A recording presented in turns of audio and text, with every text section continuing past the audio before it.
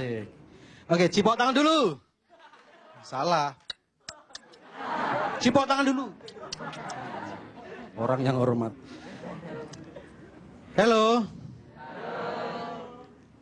Hello, gua N. So, in English, you know? Yes, in English. Seperti lagu Sunda itu loh. In English, pujaan akan gitu. Oh, udah ganti? Kadang orang nggak pede pakai bahasa sendiri. Jadi kalau kayak saya kadang-kadang nggak bisa. Saya bilang lu, gua, gitu. Loh, kadang kan ini karena bibirnya tebel, jadi medok itu kan. Karena menurut saya gua tambah gua itu 4. Dua itu kan kalau umurnya yang sudah. Iya.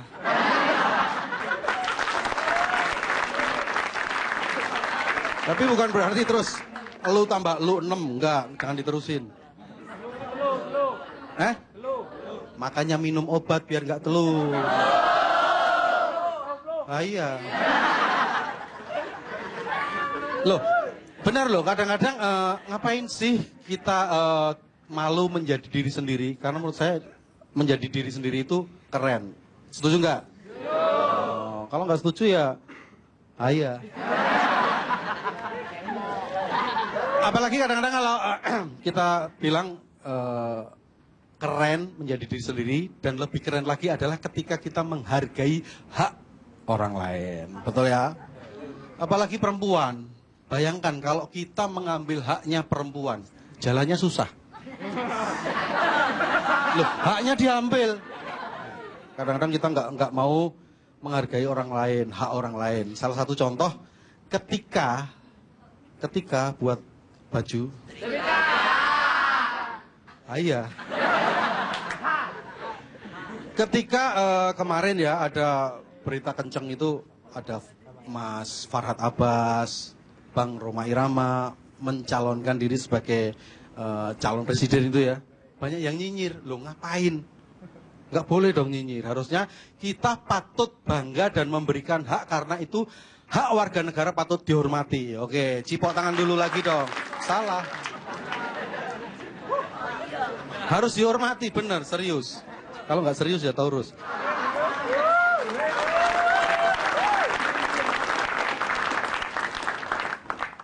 Jangan gitu dong. Nah, makanya karena kita sebenarnya takut.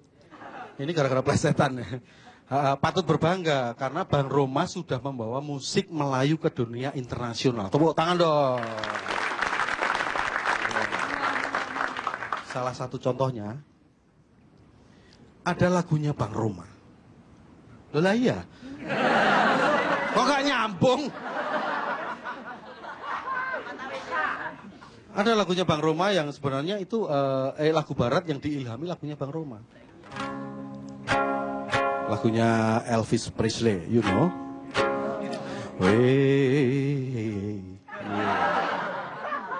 Loh, nyanyi serius sih. Lah iya.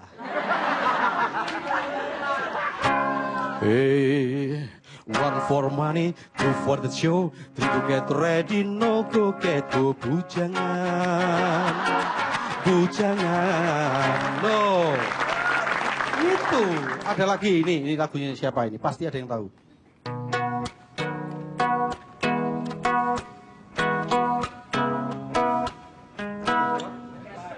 Ekstrim yang rasa apa? Coklat, stroberi. Loh lah iya. Loh, tapi dengarkan baik-baik lagunya.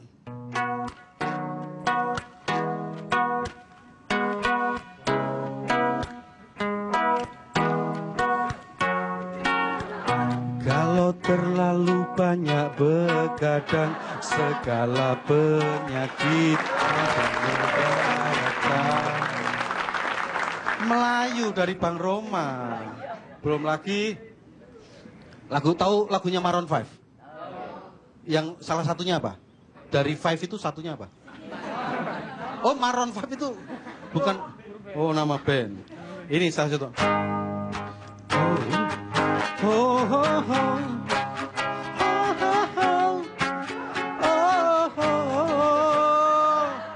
Lah iya.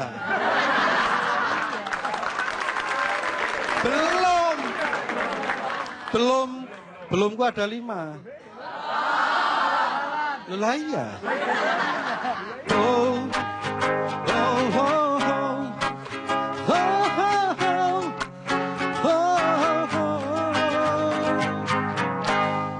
I was a waktu jadi penasaran, sampai matiku akan ku berjuangkan. Loh, makanya kita harus menghargai hak orang lain yang sudah memberikan andil untuk negara kita Indonesia. Sama seperti saya. Saya meskipun orang desa, tapi menurut saya desa must go on. Ingat? Loh. Sabar dong.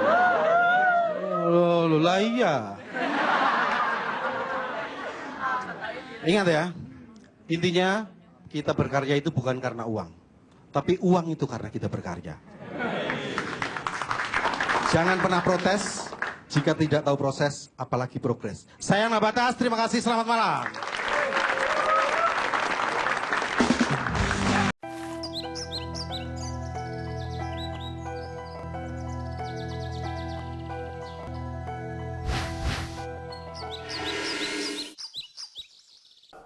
I'd like to introduce to you Sandeep Rao, one of India's only visually impaired comedians. Sandeep's comic foresight is unlike his sight. It is rather clear and sharp around the edges.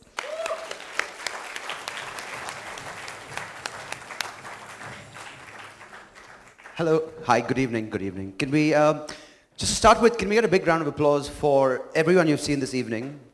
And of course, for Feroz and his entire team from SAP, who I met a few weeks back, and they said, we want you to be a part of the summit, and I said, why? I haven't done anything. So recently I was ranked India's funniest partially blind English stand-up comic. Thank you. Yeah.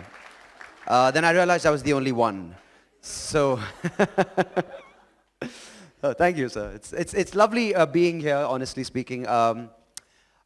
Stand-up comedy is something which I love doing, and I came across it a few years back. I was doing various other things before that. I'll tell you about that soon. But the concept, the art form, as stand-up comedy as an art form is still a little, not underappreciated, but it's not known to many people, and they get a little bit confused as to what to expect. I got a call from a lady recently. She asked me to come and perform for her kitty party. And I said, no, I have self-respect. I won't be doing this. So she offered me money, so I did it. So that's where my self-respect ends. And it was really weird because it was a very lovely person. I went to her house and I expected a basic requirement of a stage and a microphone and something where they can hear me. I got mango juice and a garage to perform in with about 10 ladies who were just giggling all the time in their mid-40s. It was lovely, dream come true. And and the best part about it is that I started my performance, my stand-up comedy performance, and 5 minutes into the comedy show, I hear a lady from the back going, why is he still talking? At which point I realized, when they said performance, they expected something else. I don't know if these tight jeans gave it away, but I'm not that kind of man. When I was 8, I was diagnosed with an eye condition called juvenile macular degeneration. It's for short, it's JMD, juvenile macular degeneration. I'm sure many of you know it. For those of you who don't, it's basically where I've lost central vision in both eyes. But I have peripheral vision in both eyes. It's good because I've gone on quite a few blind dates and realized later that it's men I'm with. And it's weird because I used to go on these dates, and the best part about going on these dates is I used to go earlier, so I sit on the right table, because I've been on situations where I've been at the wrong table with a couple for like an hour, and they're like, what are you doing here? I'm like, oh, I didn't realize, I thought it was just 3 of us. People are into that these days. I didn't realize that it was an open invitation. But the nice thing about this eye condition is that I get to see a little bit. I am partially blind and not fully blind, and I get to see a little bit, but the believability factor is a little bit hard to explain to people, especially when people, I think the best thing this conference is going to increase dialogue and conversation, and I think it's much more interesting for us and much more better for us if people ask us what the problem is as opposed to making assumptions. And it's nice when people come and ask me, they're like, what condition do you have? And I say, I have juvenile macular degeneration. They're like, wow. Because they have no clue what it is. And they come back the next day after reading on the situation, reading up on the condition. Next day, they read up on it online. And they come back the next day and say, you have juvenile macular degeneration, right? Eat spinach. So, I'm not Popeye, my friend. But anyway, it's like the solution. I didn't know that, really. And they send me for faith healing. Some people send me for faith healers. And it's lovely, faith healing. I think to each person his own. If you believe in that, or you believe in that. And this, you always go with faith. As you can buy it at the shop, Go with faith, you'll be fine. And I went to this faith healer, and I stood in front of him. And I said, I'm here. He said, no, don't worry, my friend. Don't worry, son. I will cure your eyesight. I said, how did you know I had an eye problem? He said, because I'm sitting here. And I said, oh, sorry. It was weird. So needless to say, he said I was cured. I turned around and I tripped. I said, really? And he said, no, okay. So things happen. The beautiful thing is people don't believe me when I tell them I am partially blind because, I don't, from first looks, I don't look like I'm a person who needs assistance. Typically, when I tell people I'm partially blind, I'm partially blind, the first response is, why? I don't know, I slept with your daughter, I don't know what the reason is. No, the second thing is they're like, wait, if you're blind, where's your guide dog? Where's your cane? I'm like, uncle, I can't find them. And they don't, so it's hard, the believability thing, because in Indians' minds, everything's extremes. Everything's extremes. Either you're blind or you can see. Either you're in a wheelchair or you can walk. Either you're retarded or you vote for Rahul Gandhi. It's two extremes, right? It's just two extremes, and oh God, I'm glad the politicians left. But what I've realized is there's a lot of competition, and I think people do tend to sort of generalize the disability community as one. And definitely, I think the politician joke, something's happened, the mic's cutting off now. We are definitely one group and working towards one cause, but having said that, there is competition amongst us as well. I remember when I was growing up, my mom used to come and tell me, I want you to do something with your life, grow up, be someone who works hard. And I used to always say, no, I can't see, and I used to use that as an excuse for my inactivity. And I realized South Indian community, especially because I'm South Indian, the aunties especially have one approach for dealing with disabilities, right? It's not necessarily organizing committees, organizing workshops, organizing awareness programs. Their one opinion and one approach to disabilities is Papa. It's like, it could be anything. He can't see. Papa, he can't see. And I realized, right, my aunts in my community, I do have another disability which I don't really talk too much about to people because it sort of offends them. I am Brahmin. So that's why the tight jeans. Do we have other Brahmins over here? All right, time to have a caste party. What do you say? Let's do this, right? And I would love to see my ancestors party, bunch of Brahmin boys get together. Hey, Sridhar, let's party. But wait, man, we can't drink, we can't eat meat, we can't smoke. What shall we do? Let's read. Very good. Very good. Bro, this is an epic. Yeah, it is an epic, idiot. It's Ramayana. It's Brahmin man going, hey, my thread is longer than yours. Anyway. But I'm not your typical Brahmin. I'm not your typical Brahmin. In fact, my family looks down upon a lot of the things that I do because unlike other Brahmins, I have a lot of vices because I do drink, I do eat meat, I do smoke, I respect women. Not acceptable at all. But yeah, it's good. So having said, I'm single because of that. And Because most men my age have a fear of arranged marriages in my community.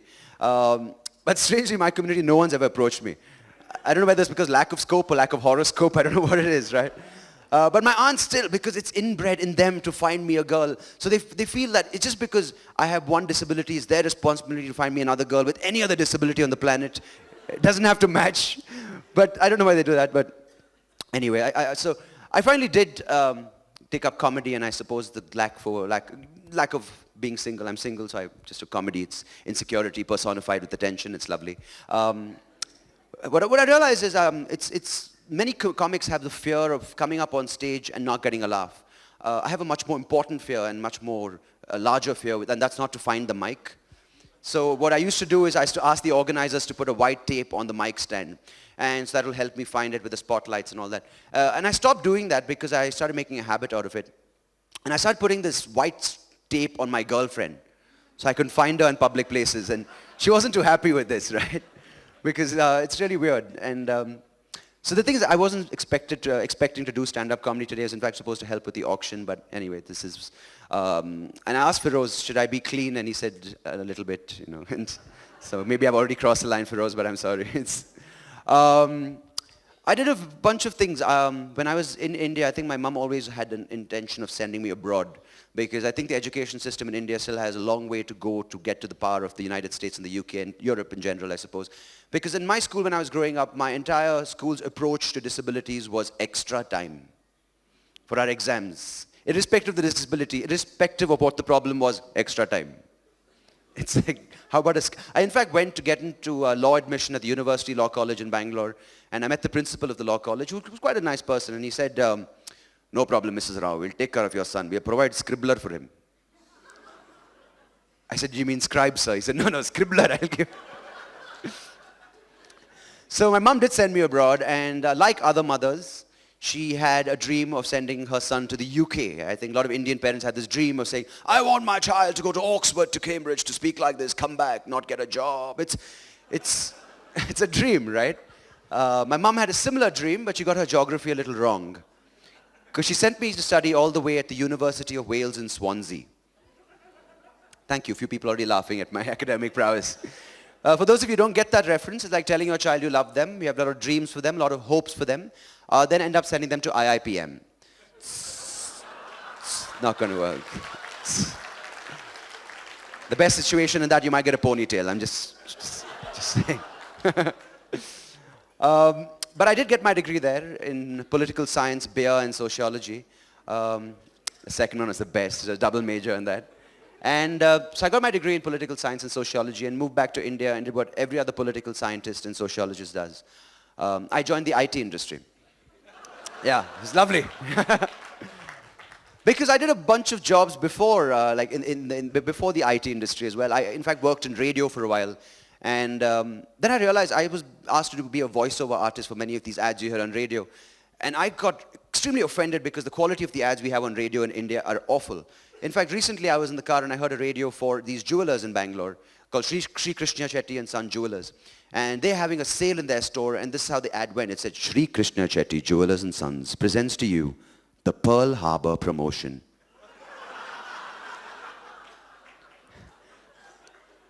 For those of you who don't get history, Pearl Harbor is not something you promote through a sale. I'm thinking to myself, what would you have next? Monthly developers present to you the 9/11 construction offer. It's like, really? Are you going to buy those apartments? They were just here last week, so I don't know what happened. There were 2 towers. I don't know.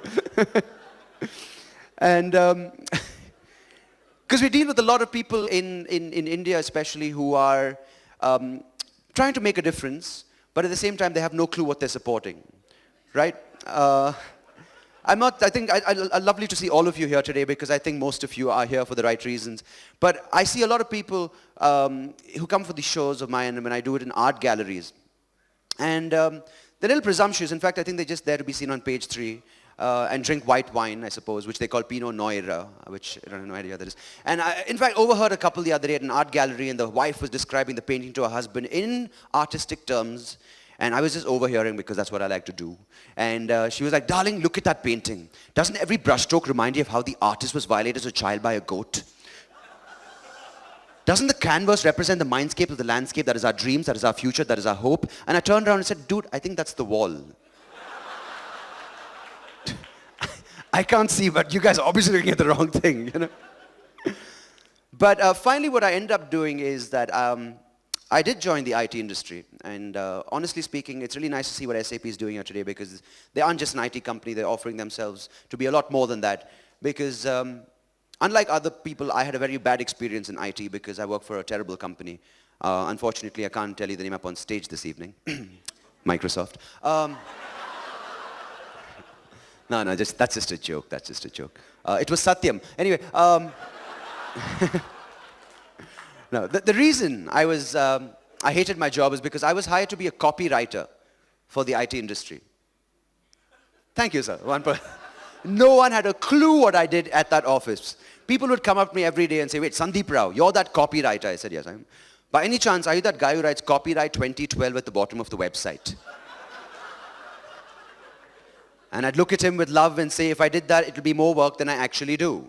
So, because if you work in IT, you know that it's impossible to proofread and edit anything. That was my job description, proofread and edit content. But it's impossible to proofread and edit anything because everything in IT is filled with abbreviations.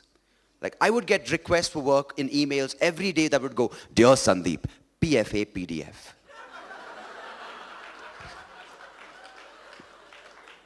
PLS do the needful, revert by EOD. So, FYI, FYA, FYP. F your dad, F your mum, F your sis.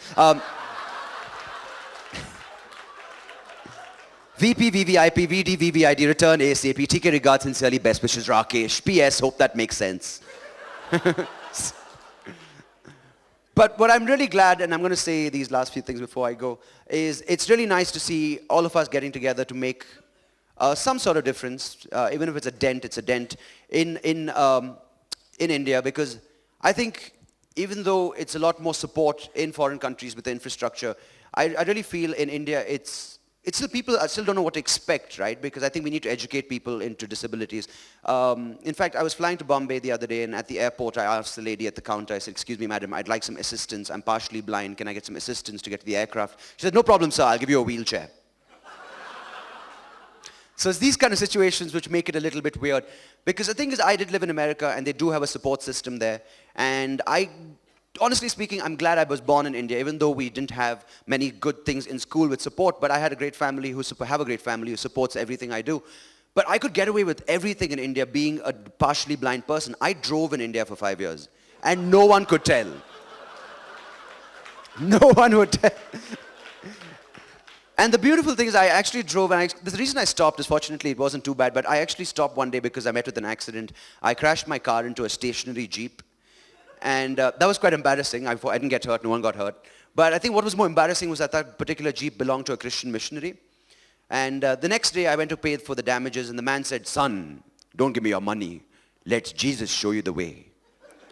And I said, with all due respect, sir, Jesus could have shown me where the Jeep was, but he didn't. So I think that's fine. Can I take my money back? No, I'll take it now. So we do have a lot of problems, and I'm glad as Indians we're addressing it finally. Because if you look around the world, there are a lot of other problems which are going wild and people are going crazy about it, especially in Europe and in America. There are problems like global warming, which are driving people mad. Everyone's like, global warming, the polar ice caps are melting, water levels are rising, people are going to get submerged in water. Indians earlier would be like, global warming. Hey, just turn on the AC, bro. What is this? Water pollution, call that AquaGuard. I think the biggest problem we have in India, of course, is, population explosion. And I think the Chinese proved that it's a problem that can be addressed by introducing the one-child policy. And we Indians, of course, approached it with our own way. We elected Manmohan Singh. He's an intelligent man, great man, respect for him. And his advice to us was very good. It was, my fellow Indians, continue reproducing, but wear protection. Sonia, it's okay? No, it's okay.